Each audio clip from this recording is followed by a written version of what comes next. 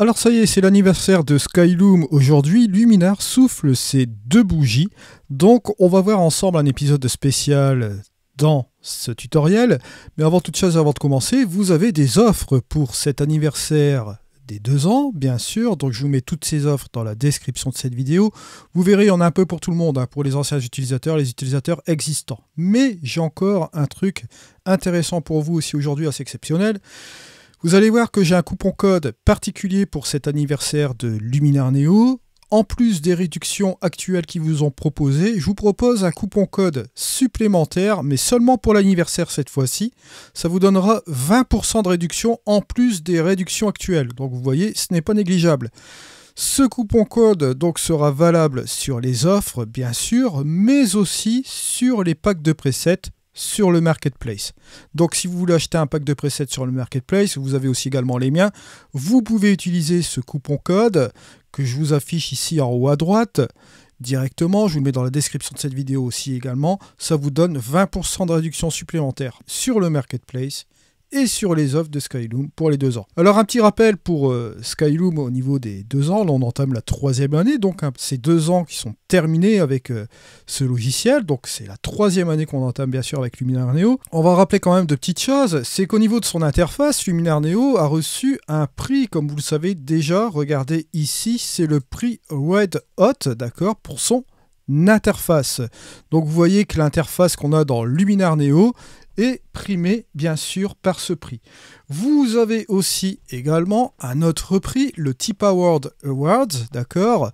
C'est un prix aussi TIPA qui a été attribué à Luminar Neo en 2023 et je suppose qu'en 2024 ils vont aussi avoir ce prix.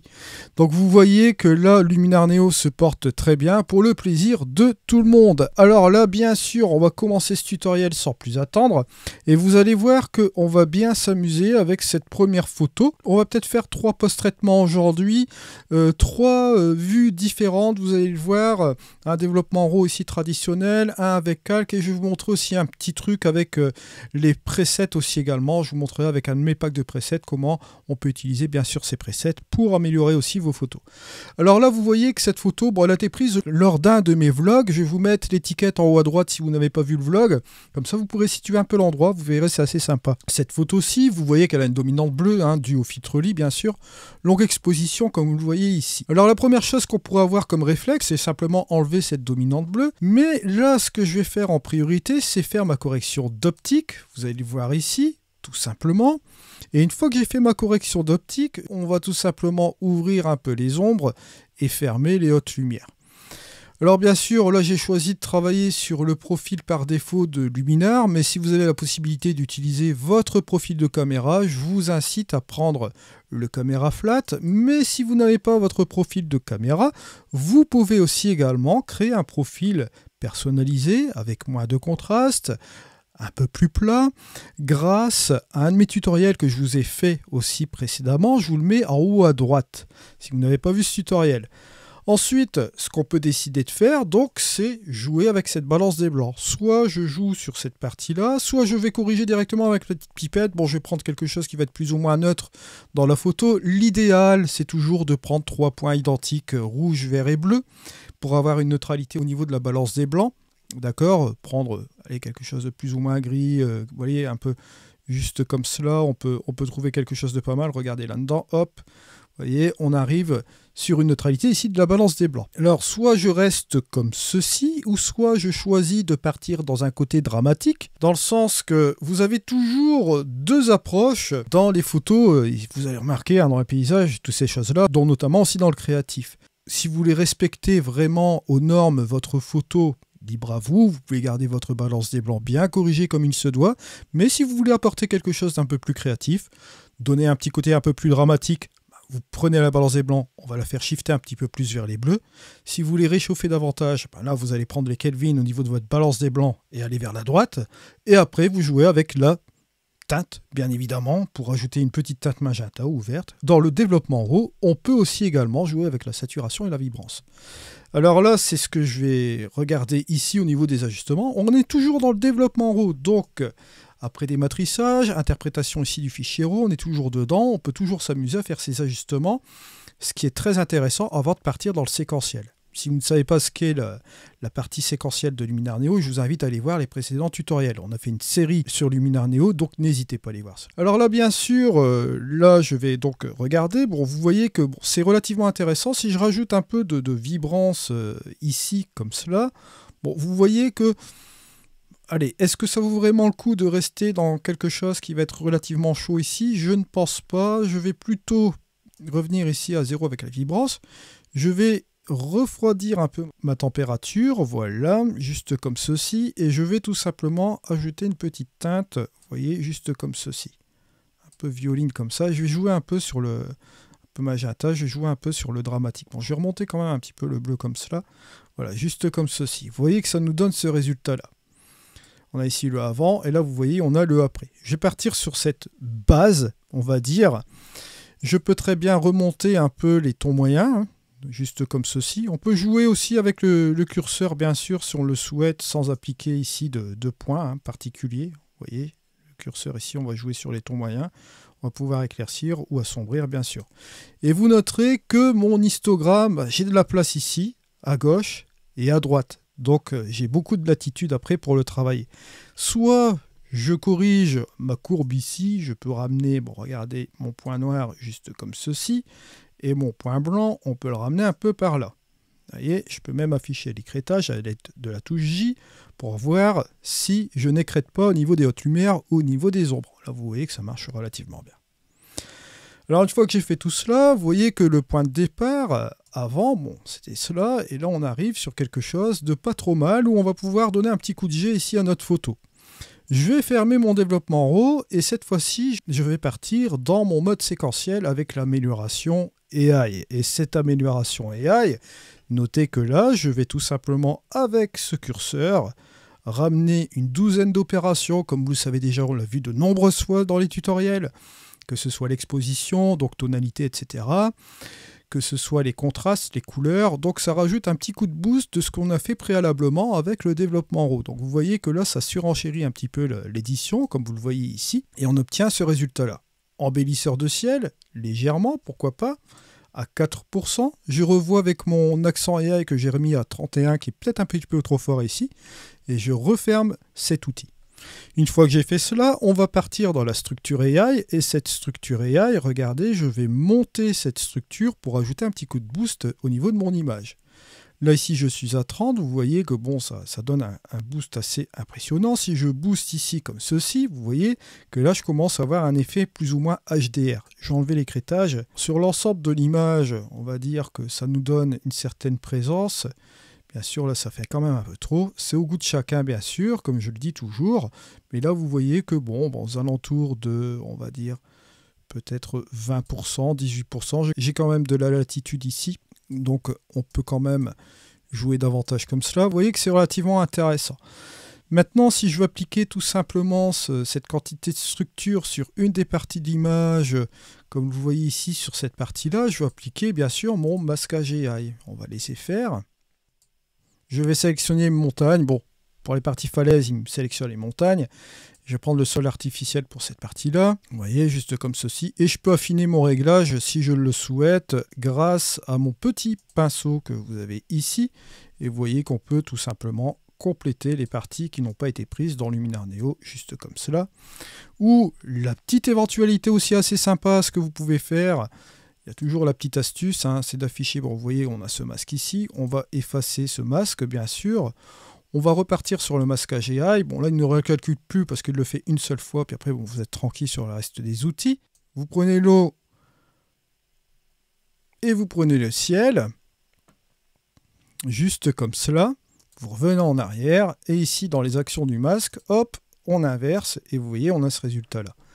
Et vous voyez que ce masquage est quand même plus ou moins sympa. Bon, bien sûr, si vous devez encore le fignoler ici, vous pouvez bien évidemment effacer, bon, pourquoi pas la partie que vous voyez là, hein. Vous voyez cette petite partie-là qui peut être effacée. Hop, juste comme ceci. Vous voyez qu'on est sur quelque chose de relativement intéressant sur le masque, hein. On a bien sélectionné cette partie-là, vous voyez, plus ou moins intéressante.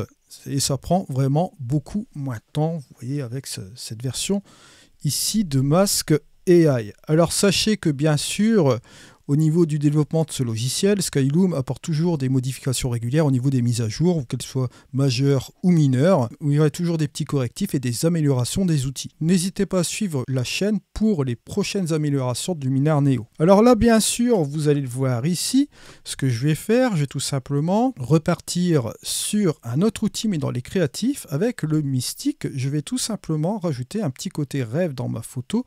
Je peux éclaircir même notamment les ombres, et je peux aussi rajouter un peu de lissage davantage, juste comme cela, je peux jouer sur le lissage. Mais bien sûr, je ne vais pas effacer ce que j'ai fait sur la structure AI de ma partie de la falaise ici. Alors donc, ce que je vais faire, je vais aller dans mon masquage AI, je vais sélectionner mon ciel et l'eau. Je vais ajuster ici à l'aide de mon pinceau la partie qui est là, la partie manquante, comme vous le voyez ici.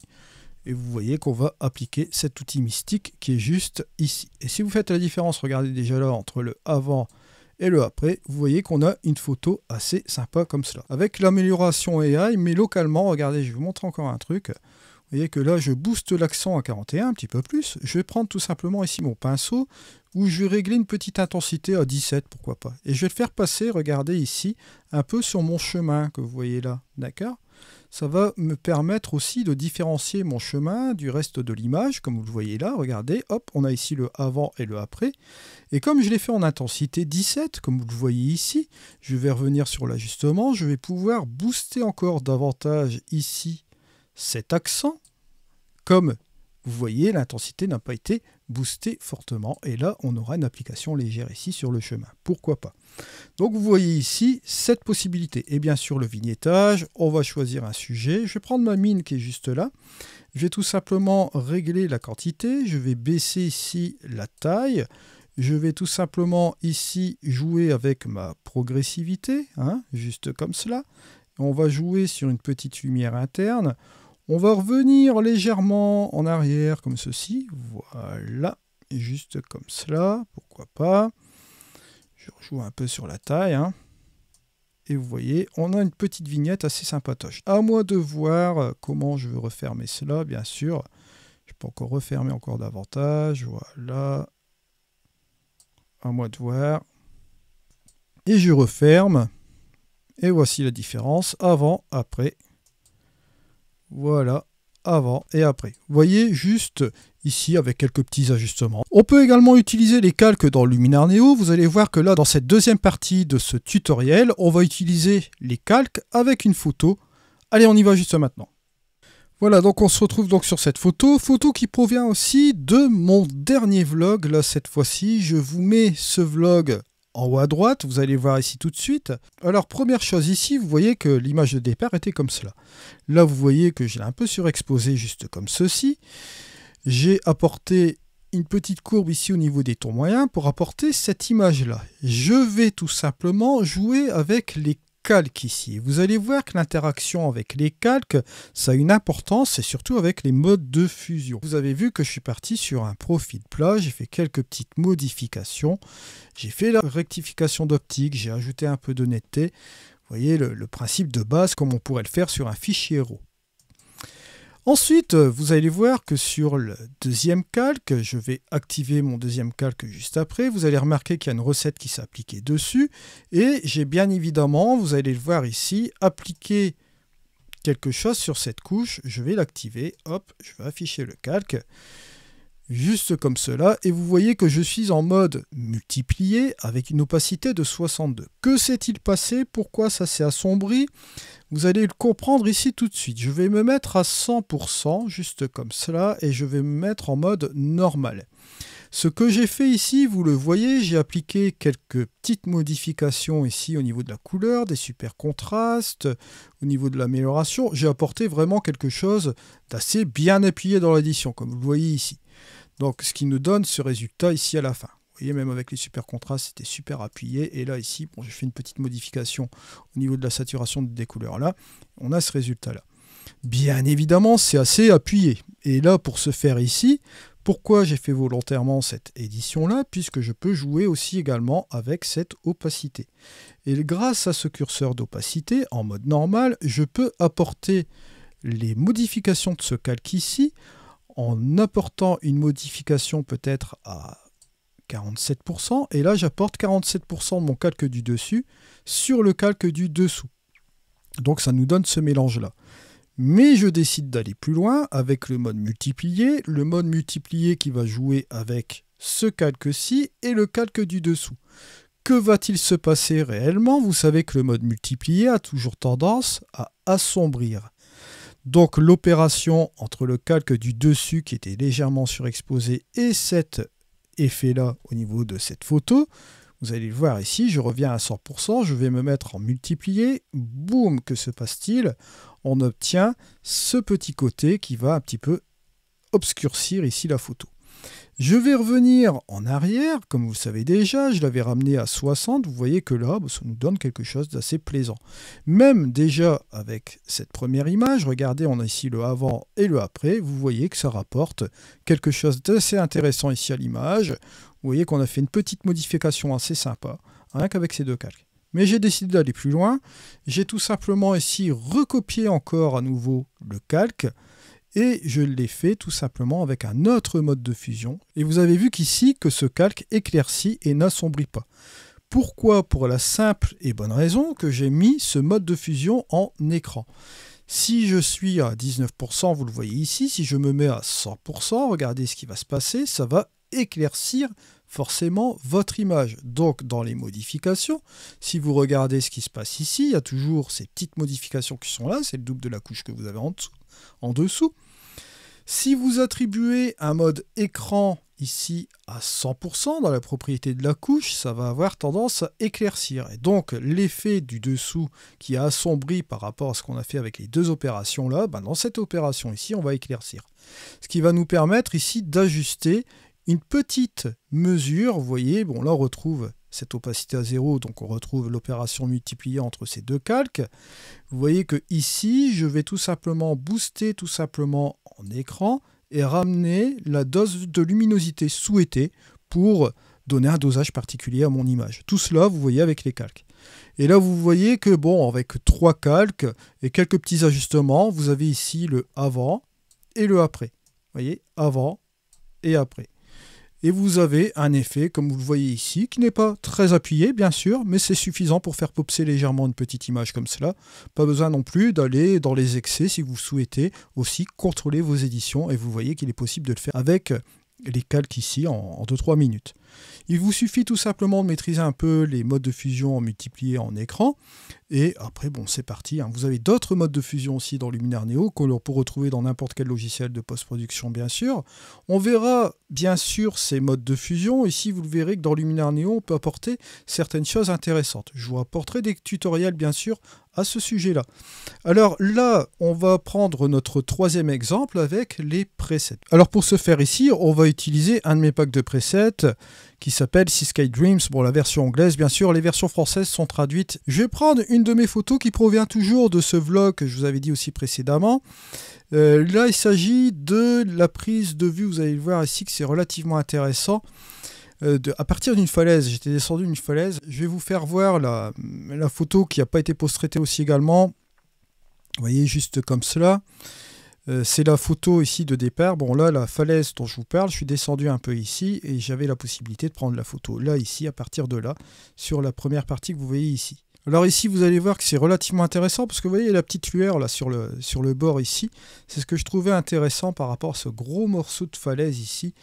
C'était assez impressionnant. J'avais la mer aussi qui battait là. C'était super bien. Donc là, ce que je vais faire, c'est appliquer un de mes packs de presets ici dans le Seascape Dreams. Bon, vous le retrouvez en français aussi également en traduction.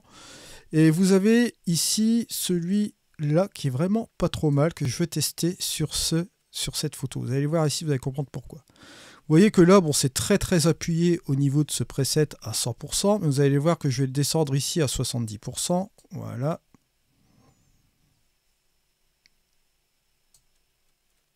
Je vais le mettre à 70-67%. Vous voyez que par rapport à la différence ici avant et après, ça nous rapporte ici, vous voyez, une édition qui est vraiment pas trop mal. Même si vous voulez descendre encore un peu, vous pouvez le faire, bien sûr, comme vous voyez ici.